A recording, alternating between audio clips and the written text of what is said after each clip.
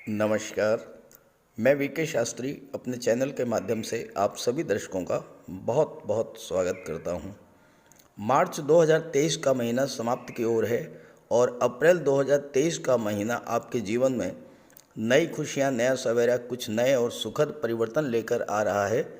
तो इस वीडियो के माध्यम से हम आपको बताएंगे कि अप्रैल 2023 में धनु राशि के जातकों की कुंडली में क्या क्या ग्रह स्थितियां बन रही हैं, किन किन ग्रहों द्वारा राशि परिवर्तन किया जा रहा है और उसका क्या प्रभाव पड़ने जा रहा है आपके जीवन पर। आपको धन प्राप्ति के और धन संचय के क्या क्या अवसर मिलने जा रहे हैं, परिवार, संतान, विवाह और भौतिक सुख सुविधाओं की दृष्टि से कैसा रहेगा आने वाला माह, यात्रा, देशाटन, देवदर्शन, धर्म, अध्यात्म की दृष्टि से कैसा रहेगा, आपका स्वास्थ्य कैसा रहेगा, भाग्य, कर्म, पुरुषार्थ का कितना साथ मिलेगा आपको, इन्हीं सब बातों का विश्लेषण करेंगे इस वीडियो में। वीडियो के अंत में मैं आपको अप्रैल माह की शुभ और अशुभ तिथियों की जानकारी दूंगा, व्रत, त्योहारों की जानकारी दूंगा। ये विश्लेषण आपकी चंद्र राशि के आधार पर किया जा रहा है। वीडियो के अंत में मैं आपको ग्रहों के उपाय भी बताऊंगा। दूसरी बात, कमेंट बॉक्स में किसी भी अनजान व्यक्ति के द्वारा दिए गए नंबर पर भूल करके भी कांटेक्ट मत कीजिएगा, आपके साथ फ्रॉड हो सकता है। तो ये है धनु राशि के जातकों की कुंडली। धनु राशि कालपुरुष कुंडली की 9वीं राशि है और राशि के स्वामी है देवगुरु बृहस्पति। देवगुरु अत्यंत शुभ और सौम्य ग्रह हैं और देवगुरु के प्रभाव से धनु राशि के जातकों का स्वभाव भी अत्यंत सौम्य और शुभ होता है। धनु राशि अग्नि तत्व की राशि है और ऐसे जातक परम ज्ञानी होते हैं, लेकिन दूसरे व्यक्ति इन्हें ज्ञान प्रदान करें ये बात इनको पसंद नहीं आती है। व्यक्तित्व तो अत्यंत आकर्षक होता है, मधुर और ज्ञानमयी वाणी होती है, सौम्य स्वभाव होता है, दूसरों के प्रति दया और करुणा की भावना इनके स्वभाव की विशेषताएं हैं। अग्नि तत्व राशि होने के कारण धनु राशि के जातकों को क्रोध भी बहुत जल्द आता है, लेकिन थोड़ी देर में ही इनका क्रोध शांत भी हो जाता है। धनु राशि के जातक दूसरों को ज्ञान प्रदान करना, दूसरों की समस्याओं को सुनना, दूसरों का समस्याओं का समाधान प्रदान करना ये पसंद करते हैं और जीवन में कुछ नया करना चाहते हैं।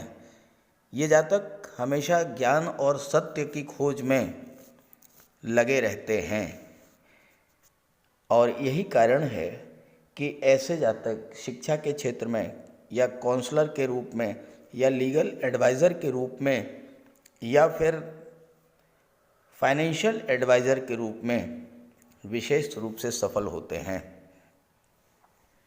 अब अप्रैल माह की ग्रह स्थितियों की बात करें तो आपके राशि के स्वामी देवगुरु बृहस्पति कुंडली के चतुर्थ भाव में गोचर कर रहे हैं और अंतिम बार हंस राजयोग बना रहे हैं। 21 अप्रैल तक यहाँ रहेंगे। 21 अप्रैल को देवगुरु पंचम में आ जाएंगे। सूर्य 14 अप्रैल तक चतुर्थ भाव में हैं, इसके बाद पंचम में आ जाएंगे और पंचम भाव में बुध और राहु भी हैं और सूर्य, गुरु, बुध और राहु का चतुर्ग्रही योग बनेगा। शुक्र 6 अप्रैल को छठे भाव में आएंगे और यहाँ पर शुक्र विपरीत राजयोग बनाएंगे। मंगल सप्तम भाव में हैं, केतु लाभ के भाव में हैं, शनि पराक्रम भाव में हैं और शनि मंगल एक दूसरे से त्रिकोण पर हैं। बुध और मंगल एक दूसरे से परिवर्तन योग बना रहे हैं। तो ये तो है ग्रह स्थितियाँ और इसी के आधार पर अब विश्लेषण करते हैं अप्रैल 2023 के राशिफल के बारे में। आगे बढ़ने से पहले बात करेंगे मार्च 2023 में आपके जीवन में क्या क्या समस्याएं आईं, किन किन परेशानियों से आपको जूझना पड़ा और उसका कारण क्या था। अक्सर आपके कमेंट्स आते हैं कि जो बीत गया उस पर चर्चा करने से क्या लाभ।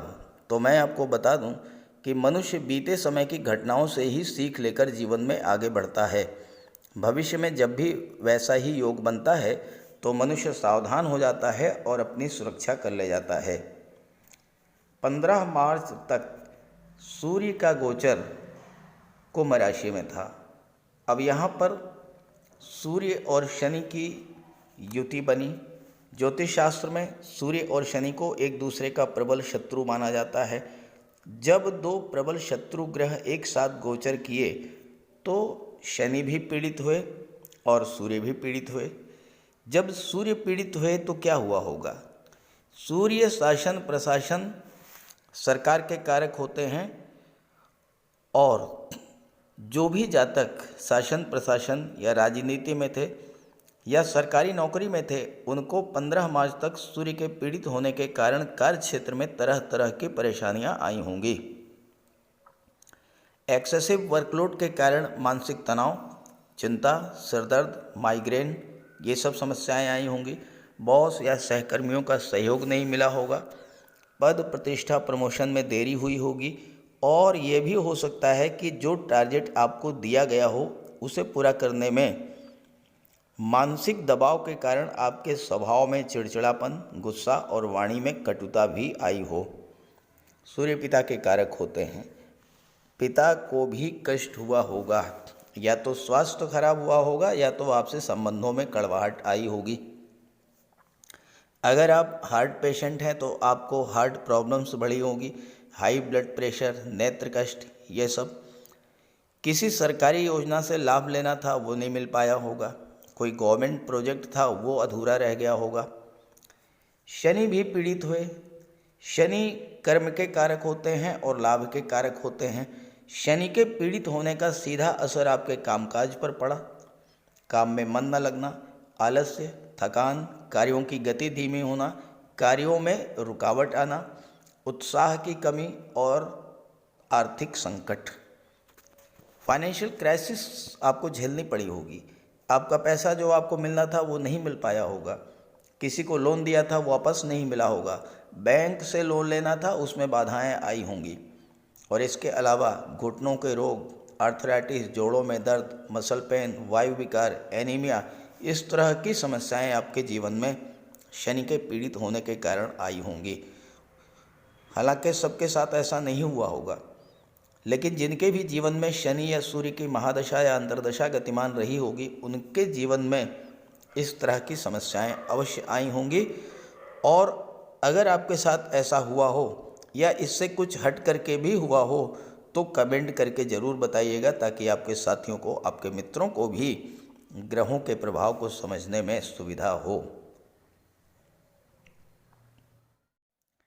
किसी भी जातक की कुंडली का विश्लेषण करते के समय सबसे पहले लग्नेश और फिर भाग्येश पर चर्चा की जाती है। अब यहाँ पर आपके लग्न के स्वामी तो हैं देवगुरु बृहस्पति, लेकिन देवगुरु बृहस्पति 27 अप्रैल तक अस्त रहेंगे। तो अप्रैल माह में देवगुरु बृहस्पति का कोई विशेष प्रभाव आपके जीवन पर नहीं पड़ेगा। अब भाग्येश की बात करते हैं तो भाग्य भाव के स्वामी हैं भगवान भुवन भास्कर सूर्यदेव। सूर्यदेव के गोचर का और बुध के गोचर का बहुत बड़ा प्रभाव पड़ेगा अप्रैल में।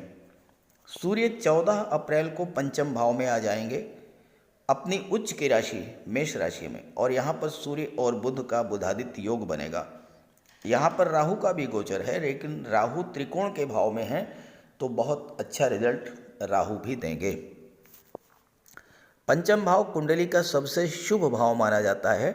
पंचम भाव से संतान, शिक्षा, लव, रोमांस और क्रिएटिविटी का विचार किया जाता है। पंचम भाव से आपके पूर्व संचित कर्मों का और आपके इष्ट देव का विचार किया जाता है। पंचम भाव त्रिकोण का भाव है और सूर्य दूसरे त्रिकोण के नवम भाव के स्वामी हैं, भाग्य भाव के स्वामी हैं। त्रिकोण के भाव में सूर्य और बुध का गोचर संतान और शिक्षा की दृष्टि से अत्यंत श्रेष्ठ लाभ देने वाला होगा।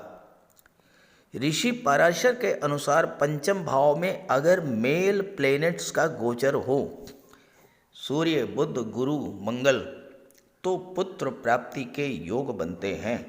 अब ये पंचम भाव में सूर्य का गोचर है, गुरु का गोचर है, बुध का, और तीनों ही सूर्य गुरु मेल प्लैनेट्स हैं, बुध न्यूट्रल हैं।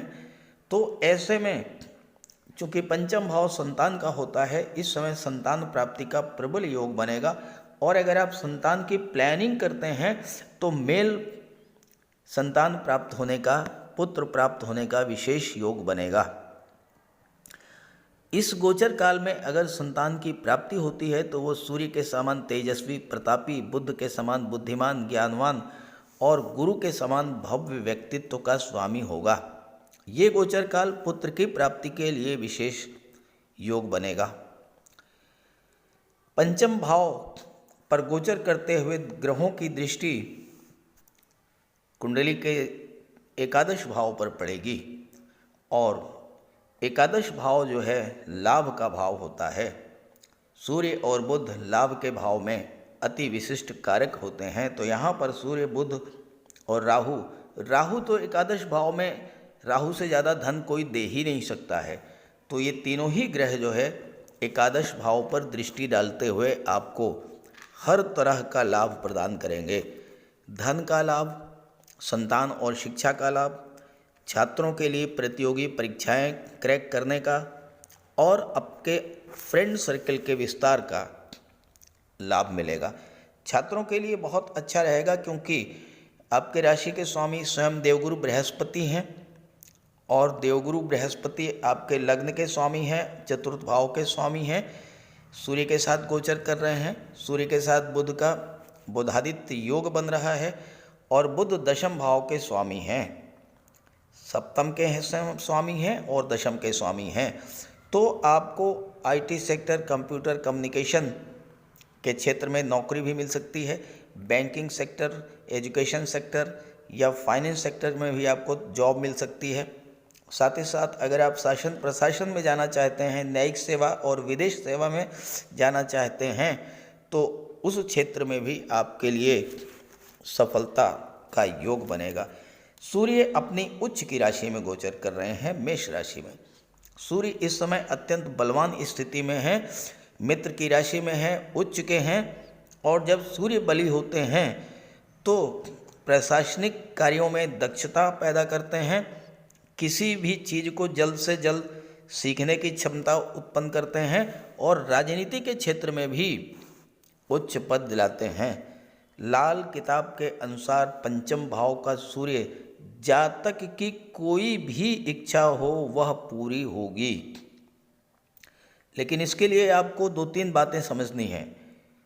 पंचम भाव में सूर्य है तो लाल किताब कहती है कि कोई भी इच्छा आपकी पूरी होगी, लेकिन आपको दूसरों की तरक्की से ईर्ष्या नहीं करनी है। जितना आप दूसरों की मदद करेंगे उतना आपकी तरक्की होगी।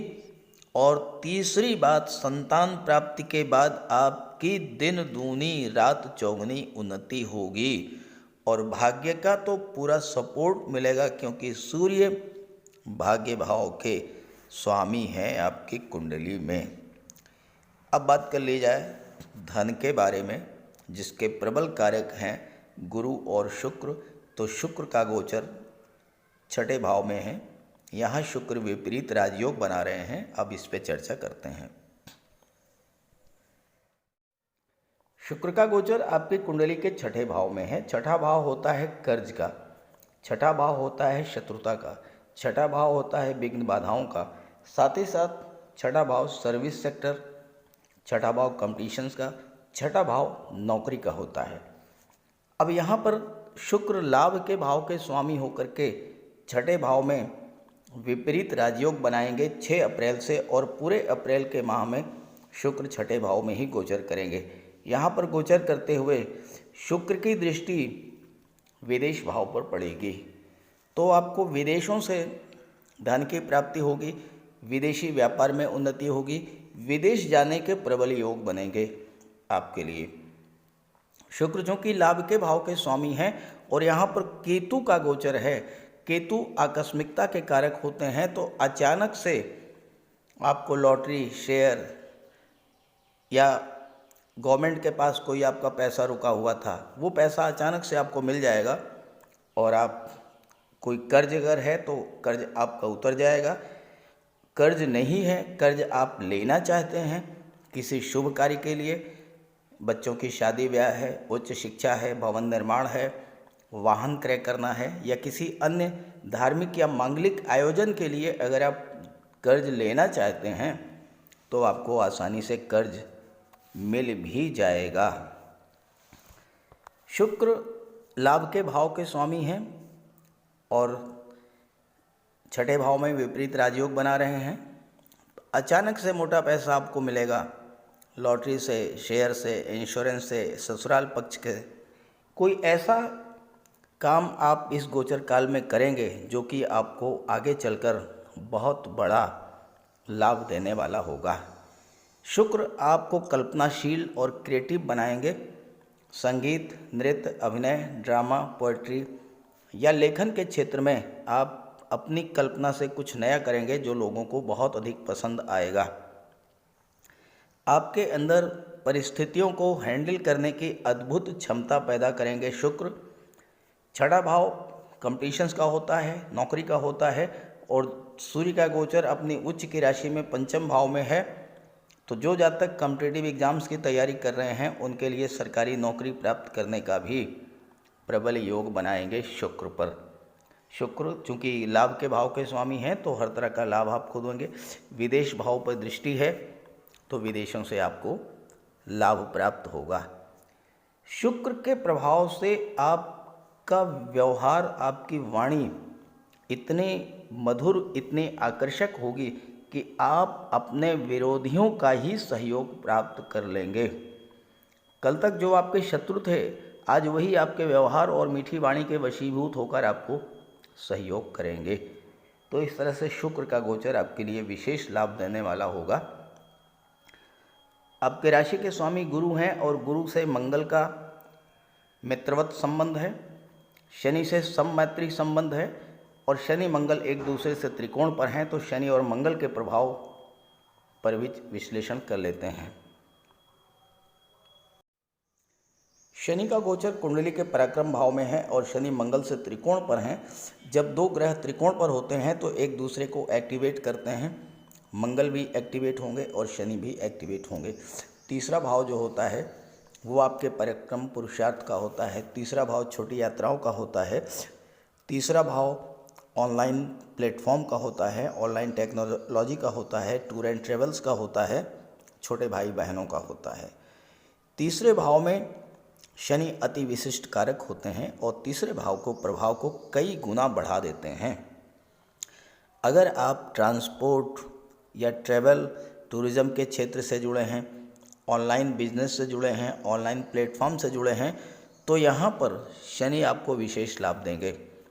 इस समय आपके बहुत से कार्य जो रुके हुए थे बनना शुरू हो जाएंगे क्योंकि शनि की दृष्टि भाग्य भाव पर पड़ेगी। खास करके अगर आप कोई निर्माण कार्य करा रहे थे तो वह कार्य आपका पूरा होगा।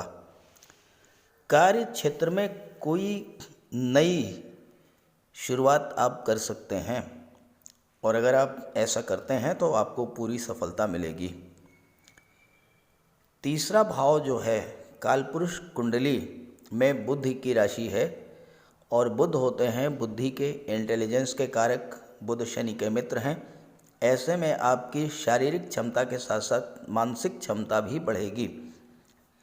आपकी कम्युनिकेशन पावर बढ़ेगी और राजनीति के क्षेत्र, लेखन, काव्य, मार्केटिंग या मेडिकल रिप्रेजेंटेटिव के रूप में आप ज़्यादा सफल होंगे। तीसरा भाव यात्राओं का होता है, ट्रांसफ़र का होता है, परिवर्तन का होता है।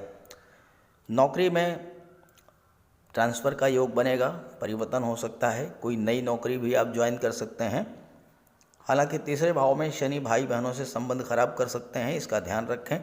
तीसरा भाव कम्युनिकेशन का होता है और अगर आप टीवी एंकर हैं या लेखन से जुड़े हैं या आप शिक्षक हैं तो आपकी कम्युनिकेशन पावर बढ़ेगी और आप अपनी बातों से लोगों को प्रभावित भी करेंगे। शनि का गोचर राहु के नक्षत्र शतभिषा नक्षत्र में हो रहा है और शनि इस समय अत्यंत बलवान स्थिति में है। राहु क्या है? राहु है छाया। राहु के नक्षत्र में शनि गोचर कर रहे हैं तो शैडो रिलेटेड एरियाज़ में आपको सफलता मिलेगी। मॉडलिंग का क्षेत्र है, टीवी सीरियल्स हैं, फिल्म इंडस्ट्री है, फोटोग्राफी है, वीडियोग्राफी है, यूट्यूब है, फेसबुक है, इंस्टाग्राम है, इन सब क्षेत्रों में आपको सफलता मिलेगी। और तीसरे भाव में शनि आपको मार्केटिंग के क्षेत्र में और मेडिकल रिप्रेजेंटेटिव के रूप में भी सफलता प्रदान करेंगे। अब आइए बात कर लेते हैं मंगल के बारे में। कुंडली के सप्तम भाव में मंगल का गोचर है और मंगल शनि से त्रिकोण पर हैं, बुध से राशि परिवर्तन कर रहे हैं, तो मंगल यहाँ पर आपको अत्यंत शुभ फल प्रदान करेंगे। सप्तम भाव विवाह, love relations, partnership, social image का होता है। जब मंगल सप्तम में गोचर कर रहे हैं तो इन चीज़ों पर मंगल का नियंत्रण होगा। और दूसरी बात यह है कि मंगल के परम मित्र हैं देवगुरु बृहस्पति, तो सप्तम भाव में मंगल आपको शुभ फल ही प्रदान करेंगे। मंगल मेल प्लेनेट हैं, आपके अंदर प्रेम और ऊर्जा का संचार करेंगे जो किसी भी विवाह को सफल बनाने के लिए आवश्यक है। मंगल की दृष्टि आपके लग्न पर पड़ेगी। आपके व्यक्तित्व में बहुत बड़ा परिवर्तन देखने को मिलेगा। डर, भय, आलस्य ये सब मंगल दूर करेंगे और आप एक नई ऊर्जा के साथ कार्यक्षेत्र एवं दाम्पत्य जीवन में प्रवेश करेंगे। अगर आप महिला हैं, आपका विवाह किसी ऐसे व्यक्ति से हो सकता है जो कि देश की डिफेंस सर्विसेज में या पुलिस बल में होगा। और इसके अलावा देवगुरु का गोचर भी केंद्र में है, तो ऐसे में आपका विवाह किसी ऐसे व्यक्ति से हो सकता है जो बहुत हाई स्टेटस का व्यक्ति हो। पुरुषों की कुंडली में सप्तम भाव का मंगल पति पत्नी के बीच शारीरिक और मानसिक समझ डेवलप करता है। हालांकि मंगल सप्तम भाव में मांगलिक दोष पैदा करते हैं, लेकिन ये गोचर में है इसलिए कोई प्रभाव नहीं पड़ने जा रहा है। मंगल की दृष्टि कुंडली के दशम भाव पर पड़ेगी, जहाँ से आपके जॉब, कैरियर, प्रोफेशन का विचार किया जाता है। तो अगर आप आर्मी, एयरफोर्स, नेवी, मिलिट्री या मेडिकल और सर्जरी के क्षेत्र में एफर्ट कर रहे हैं तो आपको सफलता मिलेगी। और चूँकि मंगल विदेश भाव के स्वामी हैं, अगर आप मेडिकल और सर्जरी के क्षेत्र में हायर एजुकेशन के लिए विदेश जाना चाहते हैं तो आपके लिए योग बनेगा। अगर आप गेम्स और स्पोर्ट्स के क्षेत्र में विदेश जाते हैं तो आप देश का नाम रोशन करेंगे वहाँ पर। और इस तरह से मंगल का ये गोचर आपके लिए अत्यंत शुभ और श्रेष्ठ फल देने वाला होगा। अब जैसा मैंने आपको शुरू में कहा था कि वीडियो के अंत में मैं आपको शुभ और अशुभ तिथियों के बारे में भी बताऊंगा। तो देखिए, जो शुभ तिथियां हैं वो हैं 1, 9, 10, 17, 18, 26 और 27। और इन डेट्स का निर्धारण चंद्रमा के गोचर के आधार पर किया गया है। चंद्रमा जब शुभ ग्रहों के साथ गोचर करेंगे तो शुभ फल देंगे।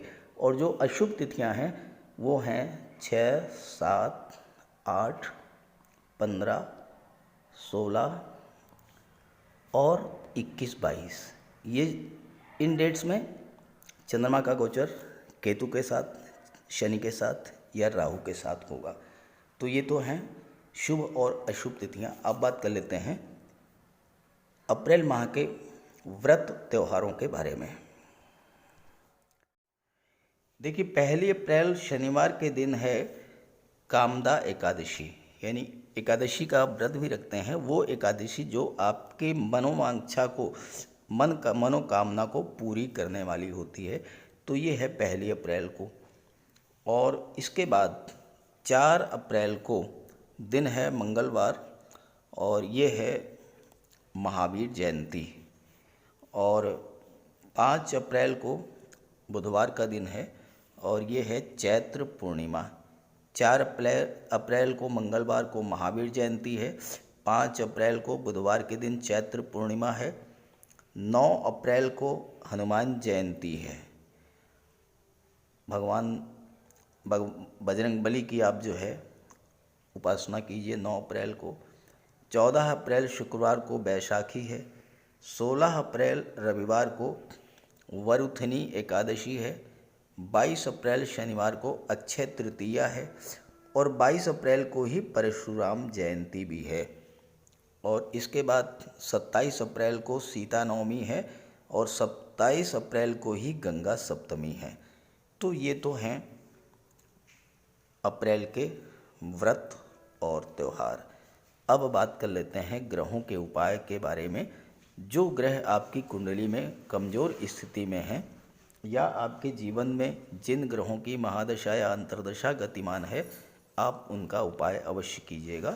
तो बात कर लेते हैं उपायों पर। किसी भी जातक की कुंडली में बनने वाले राजयोगों का संपूर्ण लाभ उसे तब मिल पाता है जब राजयोग बनाने वाले ग्रह कुंडली में मजबूत स्थिति में हों। और ज्योतिष शास्त्र में ग्रहों को बल प्रदान करने के लिए उपायों की व्यवस्था की गई है। तो अगर आपकी जन्म कुंडली में राजयोग बनाने वाले ग्रह कमज़ोर स्थिति में हैं, अंश बल से कमज़ोर हैं, तो ग्रहों का उपाय ज़रूर कीजिए। इससे ग्रहों को बल प्राप्त होगा और आपको राजयोग का संपूर्ण लाभ प्राप्त हो पाएगा। सबसे पहले मंगल की बात करते हैं। इसके लिए बजरंगबली की उपासना कीजिए, हनुमान जी की आराधना कीजिए, हनुमान चालीसा का पाठ कीजिए, हनुमान जी के मंदिर में जाकर के उनके चरणों में बैठिए और उनके चरणों का सिंदूर अपने मस्तक पर धारण कीजिए। मंगलवार के दिन स्नान के बाद लाल वस्त्र धारण कीजिए, मंगलवार का व्रत रखिए। हनुमान जी को सिंदूर में चमेली का तेल मिला करके अर्पित करें। हनुमान जी को चोला चढ़ाएं और मूंगा धारण कर सकते हैं, लेकिन किसी योग्य ज्योतिषी से परामर्श लेकर। और मंगलवार के दिन लाल वस्त्र, गेहूँ, गुड़ और तांबे का दान करने से भी मंगल को बल प्राप्त होता है। जहाँ तक देवगुरु की बात है, देवगुरु बृहस्पति को प्रसन्न करने के लिए गुरुवार का व्रत रखिए। 5 गुरुवार, 11 या 43 गुरुवार का व्रत रखें। घर में केले का एक वृक्ष लगा लें और उसकी सेवा करें। स्नान करते समय पानी में हल्दी या केसर मिलाकर स्नान करें और हल्दी या केसर का तिलक लगाएं। भूल करके भी गुरु, साधु, संतों का, माता पिता का अपमान ना करें। माता पिता, गुरु और वृद्धों का सम्मान करें, उनकी सेवा करें और उनका आशीर्वाद प्राप्त करें। तोते को चने की दाल खिलाएं, इससे बुध और गुरु दोनों प्रसन्न होते हैं। पुखराज भी धारण कर सकते हैं गुरुवार के दिन, लेकिन योग्य ज्योतिषी का परामर्श लेकर ही कोई रत्न धारण करें। ज़्यादा बेहतर ये है कि हल्दी की एक गांठ पीले वस्त्र में बांधकर अपने बाजू में बांध लीजिए और पीले रंग के वस्त्रों का ज़्यादा प्रयोग कीजिए। चादर, तकिए, गिलाफ ये सब पीले रंग के रखिए, पर्दे। शुक्र को बल प्राप्त हो, इसके लिए माता लक्ष्मी की उपासना कीजिए और 21 या 31 शुक्रवार को व्रत रखें। शुक्रवार के दिन सफ़ेद रंग के वस्त्र, चीनी, चावल, दूध और दही, घी से बने पदार्थों का सेवन करें। और शुक्रवार के दिन सफ़ेद वस्त्र, चावल, चीनी, घी, श्रृंगार सामग्री, कपूर, मिश्री और दही, इन सब चीज़ों का यथाशक्ति दान करें। डायमंड धारण कर सकते हैं, लेकिन हीरा धारण करने से पहले योग्य ज्योतिषी का परामर्श ले लें। महिलाओं का सम्मान करें। शुक्रवार के दिन कन्याओं को खीर और मिष्ठान का भोजन कराएं। इत्र का प्रयोग करें। घर को साफ सुथरा रखें और भगवान शिव को श्वेत पुष्प अर्पित करें। जहाँ तक बुध की बात है, तो बुधवार के दिन तुलसी का पौधा लगाकर उसकी सेवा करें। गाय की सेवा करें, गाय को हरा चारा खिलाएं। हरियाली बढ़ाने वाले पौधे लगाएं और दान करें पौधों का, क्योंकि बुध को हरा रंग अत्यंत प्रिय है। बुधवार को घर के मेन डोर पर 5 पल्लों का तोरण लगा दें और किन्नर को दान देकर उसका आशीर्वाद प्राप्त करें। देवी दुर्गा के मंदिर में हरे रंग की चूड़ियाँ दान करें। गणेश जी की उपासना करें और साबुत हरी मूंग हरे कपड़े में बांधकर अर्पित करें। बुधवार के दिन हरे रंग के रुमाल, मोजे और टाई का प्रयोग करें। ओम बुम बुधाय नमः इसका एक माला जाप करें।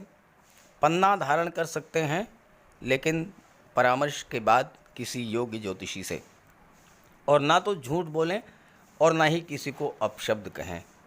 जहाँ तक शनिदेव की बात है तो कम से कम 19 और ज़्यादा से ज़्यादा 51 शनिवार का व्रत रखें। पीपल के वृक्ष के नीचे सरसों के तेल का दीपक जलाएं शनिवार के दिन।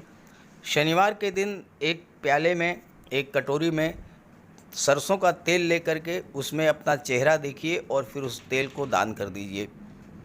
उड़द से बनी पंजीरी, पकौड़ा, चीला, बड़ा, इन सब का सेवन करिए। सरसों के तेल में बने भोज्य पदार्थों का सेवन कीजिए। शनिवार के दिन कंबल, जूता, चप्पल, लोहा, काला तिल, काला उड़द, काले वस्त्र और जटा वाले नारियल दान दें। नीलम धारण कर सकते हैं, लेकिन नीलम धारण करना किसी योग्य ज्योतिषी से परामर्श लेकर धारण करें, क्योंकि नीलम रंग से राजा भी बना देता है और कभी कभी अगर नीलम आपके लिए शुभ नहीं हुआ तो राजा से रंक भी बना देता है। इसलिए नीलम का प्रयोग बहुत सोच समझ कर करें। ज़्यादा बेहतर ये है कि आप गरीबों की हेल्प करें। कोई भी गरीब, लाचार, असहाय, दिव्यांग व्यक्ति आपके पास आता है, मदद कीजिए यथासंभव और किसी भी गरीब व्यक्ति को कष्ट ना दें।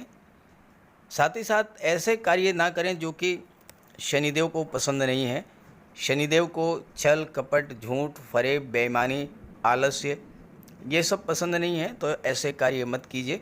और शनिदेव को अनुशासन, परिश्रम, मेहनत, ईमानदारी और सच्चाई ये पसंद है, तो ये आप अपने अंदर इन गुणों को विकसित करें, शनिदेव प्रसन्न होंगे।